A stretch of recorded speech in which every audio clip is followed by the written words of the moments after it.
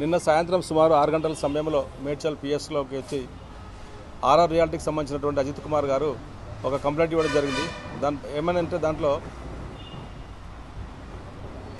మంత్రుల పేరు చెప్పి సీఎం ఆఫీస్లో పేరు చెప్పి సీఎం గారు పిఏ అని చెప్పేసి అని భయపెట్టి నీ రియల్ ఎస్టేట్ కంపెనీలో మాకు డబ్బులు ఇవ్వాలని చెప్పేసి అని నేను పిఏలాగా పనిచేసి సీఎం గారు పిఏలాగా పనిచేస్తున్నానని చెప్పేసి పేరు పెట్టి వాళ్ళని భయపెట్టి డబ్బులు డిమాండ్ చేసి తీసుకోవడం జరిగింది. దానిపైన నిన్న కేసు రిజిస్టర్ అయింది.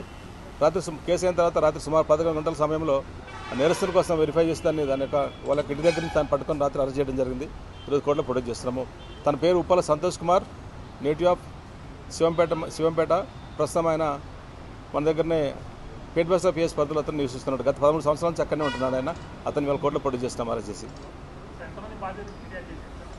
ప్రస్తుతానికైతే ఆరో రియాలిటీ కంపెనీ ఒకటే ఉన్నది.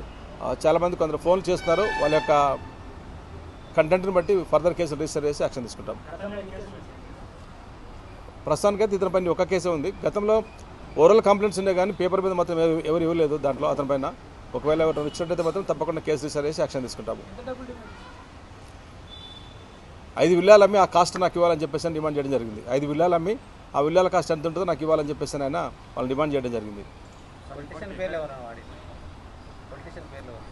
నేను సీఎం గారు పిఏ అని చెప్తున్నాడు ఆయన. సీఎం గారు పిఏ అని చెప్పుకోవడము, లేకపోతే ఆఫీసర్స్ దగ్గర ఫోటోలు దిగి ఆ ఫోటోలు చూపించుకోవడం క్లోజ్ అని చెప్పడము, గౌరవ మంత్రుల దగ్గర వాళ్ళ దగ్గర ఫోటోలు దిగి ఫోటోలు చూపించడం, నాకు వాళ్ళు క్లోజ్ వీళ్ళు క్లోజ్ అని చెప్పేసి ఆ ఫోటోలు చూపించేసి భయపెట్టి డబ్బులు వాళ్ళని అడగడం జరిగింది.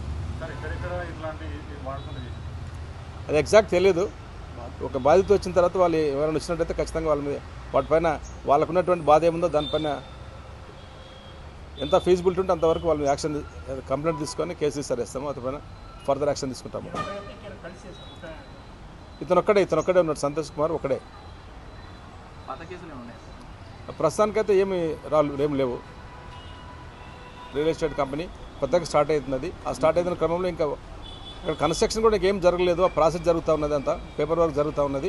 వాళ్ళు బోర్డు పెట్టుకొని అక్కడ వాళ్ళ యొక్క ఆఫీస్ గట్రా కన్స్ట్రక్షన్ చేసుకుంటా ఉంటే వాళ్ళ దగ్గరికి వెళ్ళి ఈ డిమాండ్ చేయడం జరిగింది.